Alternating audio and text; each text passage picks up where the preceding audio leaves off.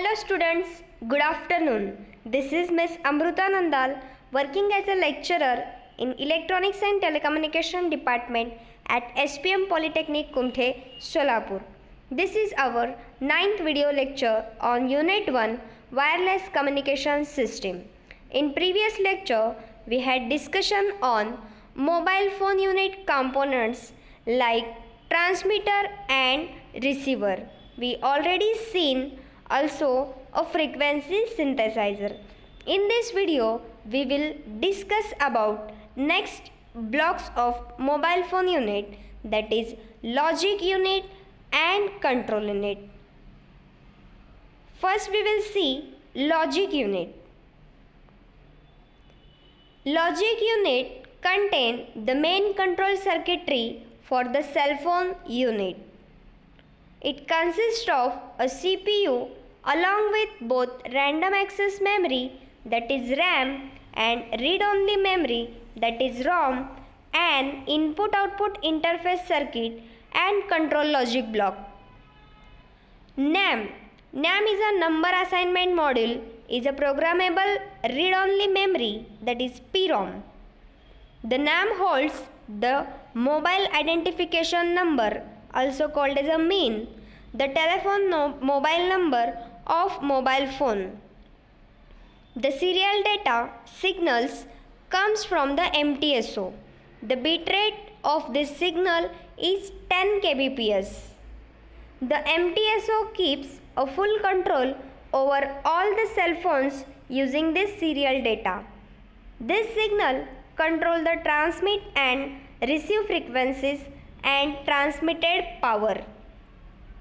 The MTSO checks the received signal strength at the mobile by observing the RSSI signal and adjusts the transmitter power level accordingly. So मित्रांनो, ह्या पॉईंट्समध्ये तुम्हाला एवढं तरी minimum समजत आहे की लॉजिक युनिटमध्ये मेनली मेमरी कन्सिस्ट असतात, लाईक रॅम, रॉम, नॅम हा एक नवीन मेमरी आहे जो प्रोग्रामेबल रीड ओनली मेमरी आहे, ज्यामध्ये तुमच्या मोबाईलचा मोबाईल नंबर स्टोअर केलेला असतो. आणि त्याचसोबत ह्या लॉजिक युनिटसोबत एक मायक्रो प्रोसेसर असते. तर ह्या मायक्रो प्रोसेसरचं काम आहे MTSOकडून आलेले जे सिग्नल आहेत तर ते कंट्रोल करणे. तर MTSO ह्याला एक डेटा सिग्नल पाठवत असतो, तर त्याचा जो बिट रेट आहे तो आहे 10 kbps. तर फुल कंट्रोल हे MTSO थ्रूच होत असते. तर काही सिरियल डेटा, काही ॲड्रेस बस, डेटा बस ह्या लॉजिक युनिटमध्ये कन्सिस्ट असतात. आणि त्याच्यामधला अजून एक इम्पॉर्टंट बिट म्हणजे MTSO प्रत्येक वेळी रिसिव्ड सिग्नलचा स्ट्रेंथ चेक करत असतो. कारण प्रत्येक वेळी हे आपल्याला खूप इम्पॉर्टंट आहे. कारण जर एखाद्या व्यक्तीने पाठवलेला व्हॉईस आपल्याला जर ऐकूच येत नसेल तर हा इनप्रॉपर कम्युनिकेशन होतो. त्यामुळे रिसिव्ड सिग्नल स्ट्रेंथ चेक करणं हा MTSOचा खूप इम्पॉर्टंट काम आहे. तर नेक्स्ट ब्लॉक डायग्राममध्ये आपण हे पूर्ण वर्किंग पुन्हा एकदा पाहूया. तर this is the block diagram of logic unit. बघा इथे तुम्हाला दिसत आहे first CPU, next IO interface circuits and त्याचसोबत काही मेमरीज लाईक रॉम, रॅम आणि नॅम आणि त्याचसोबत कंट्रोल लॉजिक, ज्या कंट्रोल लॉजिकनी आपल्याला जे सिग्नल्स येणार आहेत तर पहिल्यांदा इथून सिरियल डेटा जाणार आहे ते MTSO थ्रू आणि सिग्नल्स फ्रॉम ट्रान्समिटर आणि रिसिव्हर ही त्याला मिळतात आणि शेवटी ते control signals from transmitter and receiver तर हे मिळत असतात त्याला. तर हा जो CPU आहे मायक्रो प्रोसेसर असतो ह्यामध्ये, तर इथून जे ड्युअल डेटाबेस आहे ट्रान्समिटही करतो आणि रिसीव्हही करतो, जो सिग्नल्स आहेत सिरियल डेटा बस आहे तर ते IO इंटरफेसनी जोडले गेलेले आहेत. तर हा रॉम आहे, हा रॅम आहे आणि हा नॅम आहे. तर नॅम जो आहे आत्ताच मी सांगितल्याप्रमाणे काय स्टोअर करतो, तुमच्या मोबाईलचा मोबाईल नंबर जो आहे तो नॅममध्ये स्टोअर केलेला असते. This is all about information of logic unit. Next is control unit. The control unit consists of a handset with speaker and microphone. It also contains complete touch-tone dialing circuit.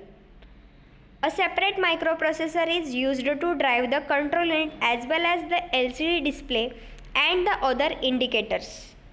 The microprocessor also implements all the manual control functions, the often called numbers, and other important information is stored in the microprocessor memory. This is the block diagram of control unit. तर बघा मित्रांनो, आताच मी information सांगितल्याप्रमाणे पुन्हा एकदा त्या पेजवर जाऊयात. तर इथे कंट्रोल युनिट हा काय कन्सिस्ट करतो, म्हणजे त्यामध्ये काय असते, तर त्यामध्ये असतं स्पीकर अँड मायक्रोफोन. तर हँडसेटमध्ये असलेल्या स्पीकर आणि मायक्रोफोनचा जो कंट्रोल आहे तर ह्या कंट्रोल युनिटने होत असतो. तर ते कंट्रोल करण्यासाठी त्याला एक सेपरेट मायक्रोप्रोसेसर यूज केलेले असते ते ड्राईव्ह करण्यासाठी, कारण त्याला ड्राईव्ह करावा लागतो. स्पीकर आणि मायक्रोफोनसाठी व्हॉईस सिग्नल असतात, तर व्हॉईस सिग्नल जे आहेत तर त्याच्यासाठी ॲम्प्लिफायर्स लागतात, कारण ते ॲम्प्लिफाय करायचे असतात. आणि जे ट्रान्समीटरला आहे तर तिथे डिमॉड्युलेट किंवा मॉड्युलेशन सेक्शन्स पण असतात. Microprocessor also implement manual control function. तर मॅन्युअल कंट्रोल फंक्शन ही त्याच्यामध्ये केलेले असतात आणि ॲटोमॅटिक कंट्रोलसुद्धा त्यामध्ये केलेले असतात. आणि फुल डायलिंग सर्किट म्हणजे कीपॅडचा जो कीबोर्ड आहे आपल्या मोबाईलमधला त्याचाही कंट्रोल जो आहे तो ह्या कंट्रोल युनिटनेच होते. तर बघा, ह्या ब्लॉक डायग्राममध्ये प्रथम तर तुम्हाला दिसेल microprocessor with ROM and I O circuit. Next आहे 10 डिजिट LCD. तर LCD सेक्शनचा जो कंट्रोल आहे तोही कंट्रोल युनिटनेच होतो. Other indicator lights. तर इंडिकेशन लाईट म्हणजे तुम्हाला कॉलिंग जाताना ग्रीन लाईट आधीच्या फोनमध्ये होता, तर आता टचस्क्रीन आल्यापासून फक्त तिथं एक असं काही इंडिकेशन वगैरे नाही आहे. त्याच्यानंतर आहे 12 की touch tone and other controls. तर 12 की कुठले आहेत तुम्हाला ऑलरेडी माहितीच आहे, 0 to 9, star button, hash button. तर हे जे बटन्स आहेत 12 की touch tone and other controls. आणि त्याचसोबत हा आहे हँडसेट, आणि ह्या हँडसेटला असतो स्पीकर विथ ऑडिओ ॲम्प्लिफायर आणि microphone. Okay, this is the block diagram of control unit. तर ह्याचं जे कंट्रोल आहे स्पीकरचा किंवा मायक्रोफोनचा तर ते ह्या युनिटनी, ह्या मायक्रोप्रोसेसरनी केली जाते. Explanation about that block diagram. The transmitter, receiver, frequency synthesizer and logic section. तर हे पूर्ण वेगळे सेक्शन्स आहेत. हा आपण बघतोय कंट्रोल सेक्शन. तर ट्रान्समीटर, रिसिव्हर, फ्रिक्वेन्सी सिंथेसायझर आणि logic section are put in one cabinet. तर मोबाईलमधला जो पार्ट आहे म्हणजे आतला पार्ट, तर त्यामध्ये ट्रान्समीटर, रिसिव्हर, फ्रिक्वेन्सी सायझर आणि लॉजिक सेक्शन एकाच कॅबिनेटमध्ये बसवलेले असतात. आणि कंट्रोल युनिट हा सेपरेट बसवलेला असतो, कारण कंट्रोल युनिटमध्ये मायक्रोफोन हा खाली असतो जिथून आपण बोलणार आहे तिथे, आणि जो स्पीकर आहे तो वरती असतो जिथे आपल्याला ऐकू येणार आहे. त्याच्यानंतर कीपॅड हा त्याच्या सेंटरच्या पार्टला असतो. तर असे म्हणून ते वेगळ्या कॅबिनेटमध्ये आणि हे वेगळ्या कॅबिनेटमध्ये बसवलेले असतात. आणि त्यातल्या त्यात कारमध्ये किंवा व्हेकलमध्ये हे जर फोन बसवायचा असेल तर ते पूर्णतः वेगळे असते. The control unit is mounted on the floor or dashboard which is closed to the user. The main unit is connected to the control unit via a cable.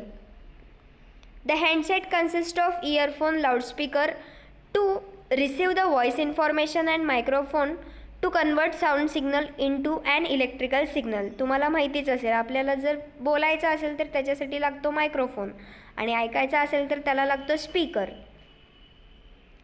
The demodulated signal coming from the receiver is amplified by an audio amplifier.